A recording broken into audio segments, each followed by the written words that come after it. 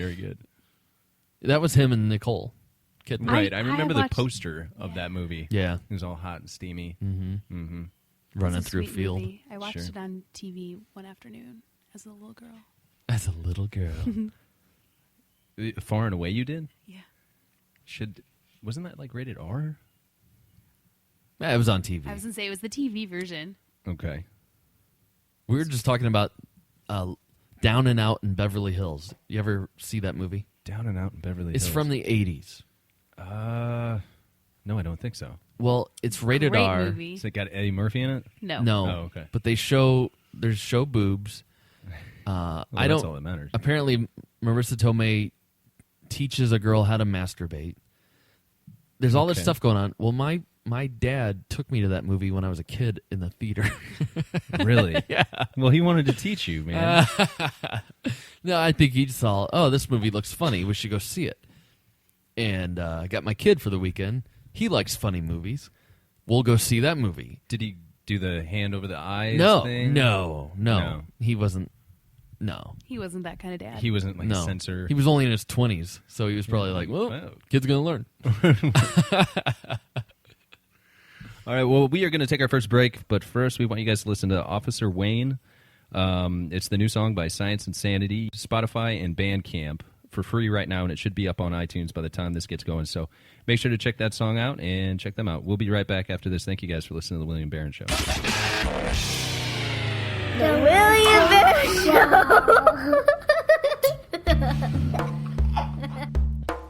Show. Handsome.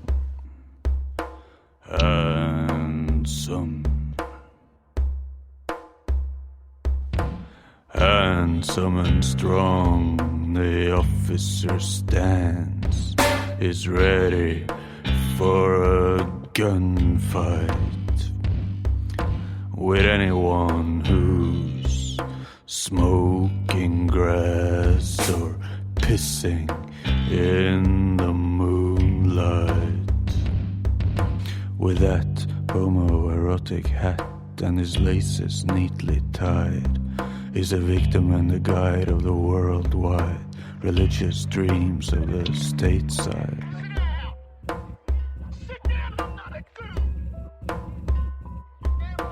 Chest out, arms crossed, ready to obey. He cannot wait to pepper spray these lawless actions till they go away.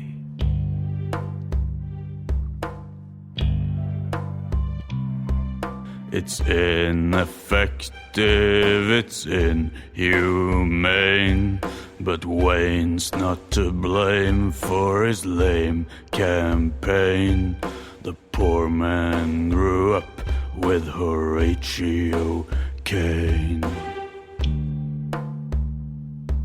Horatio Caine.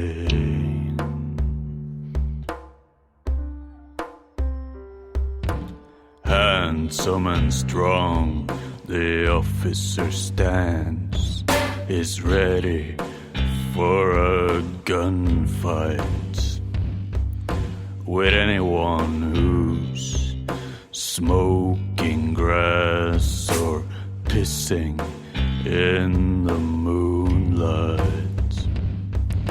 Now Wayne has caught another drug war millionaire.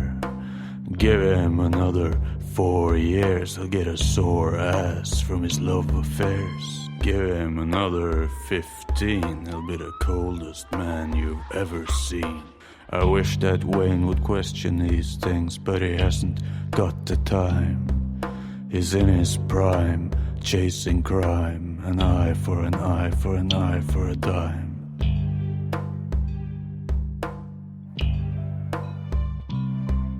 It's ineffective, it's inhumane, but Wayne's not to blame for his lame campaign. The poor man grew up with Horatio Caine. Horatio Caine. In a bind? Are you in need of some quick cash? Relax. Relax Loans gets you up to $1,000 fast. Visit relaxloans.com for a quick and easy payday loan. Relax Loans accepts most applications, and you can use the cash for anything. So hurry up and relax with relaxloans.com. We love chicken. Chicken is so good. We need you to help back a chicken restaurant in Chicago. Go to Kickstarter.com, search for Chris Yoon. Chris, C-H-R-I-S, Yoon is Y-O-O-N. On Kickstarter, find the campaign, back it. It's bringing the best chicken to Chicago. The William Bear Show. Yeah, I know. Welcome back to the William Barron Show. This segment is brought to you by Emma Janson, who is the author of Narcoleptic Hooker. Anybody who listens to the show has heard me and the panelist Emma talk at length about the book. Joe even thought we gave a little too much away about the book. Anyway, Emma Janson, she is joining us on the show. She has been married for 5 years, just had an anniversary. They have twin boys, a dog that eats his own shit, and for some reason or another, she is deciding to move to Illinois here in Illinois very soon. So, Emma, welcome to the show. How are you?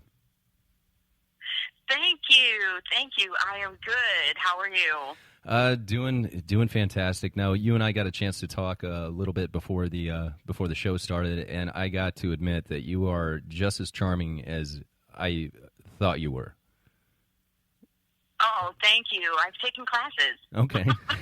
Well, I got your book, and the letter that you wrote to me inside the book was just it was fantastic. But getting to your book, Narcoleptic Hooker, you can find it anywhere on any of the media pages. Where exactly would they want to go? Go to Amazon and search Narcoleptic Hooker? Is that where you want to push people?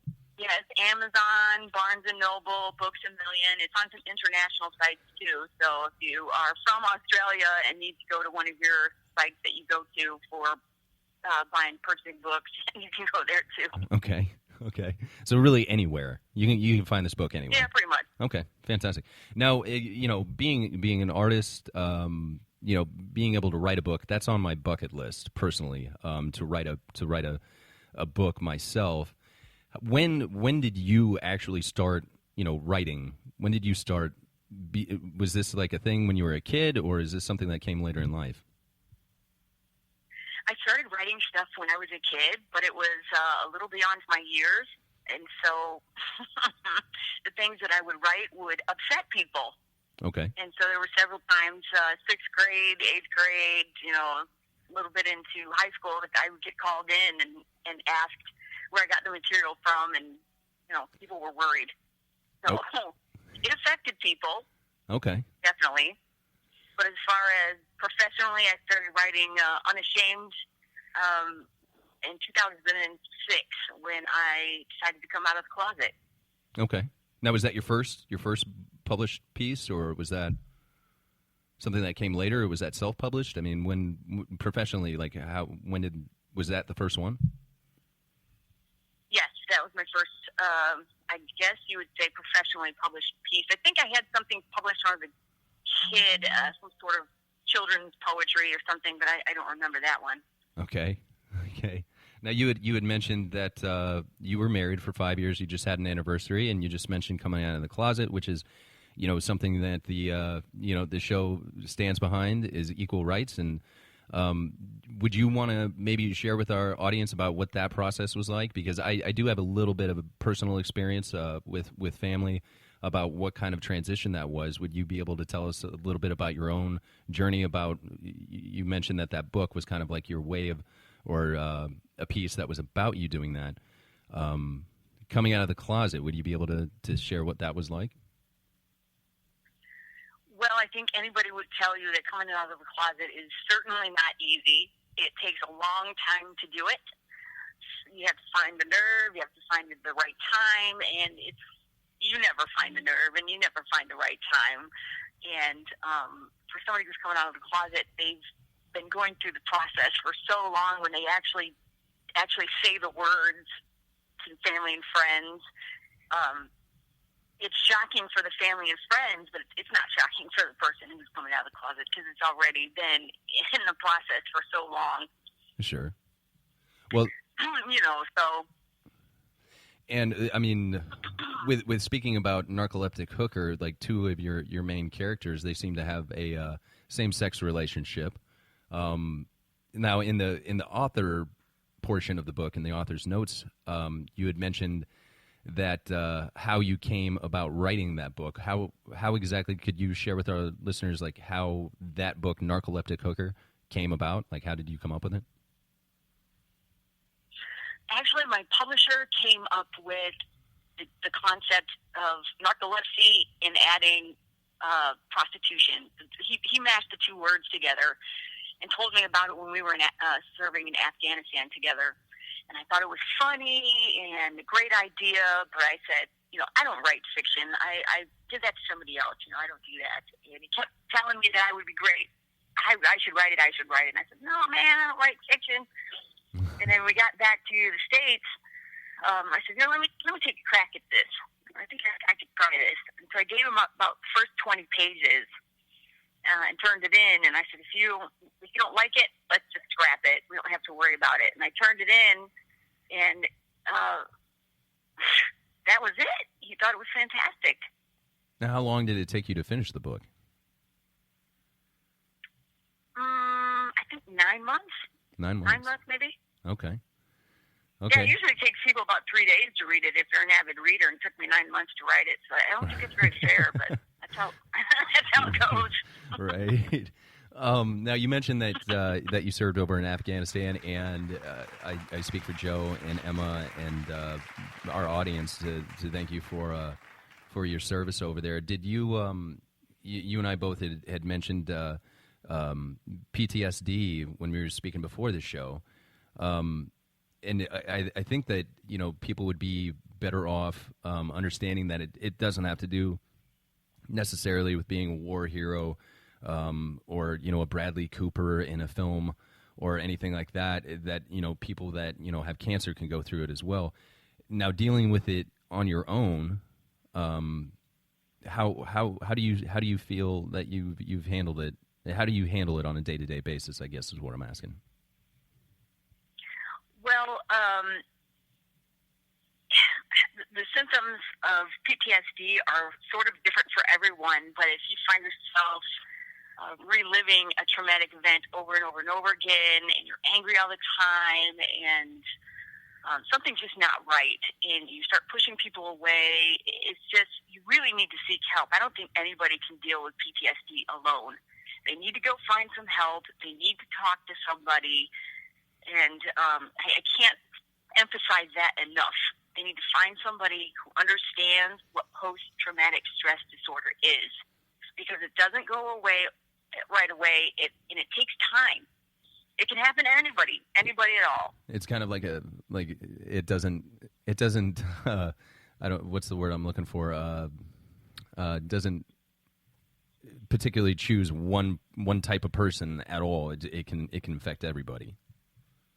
That's right. It's not just soldiers. It's not just cancer patients. It's not right. Heroes. It's not a rape victim. It's just any kind of trauma that somebody has been through that they live. They really need to seek some sort of help. So I would assume, being an artist, you write a wonderful, wonderful book, Narcoleptic Hooker. I am also an artist in the sense that I like to write music.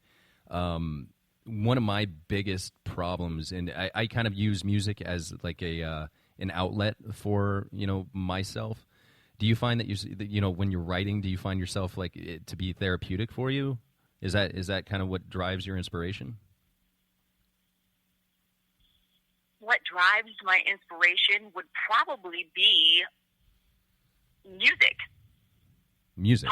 Partly. Okay. I mean, there's a lot of things that drive my inspiration, but I would say that music would be part of my inspiration because I listen to old music, I listen to new music, I listen to something accidentally on the radio when I'm going to get my oil changed. I'll hear something that I have never heard before. Okay. and all of a sudden it will spark something in me, and I'll think, wow, that's a great concept, and I'll put it in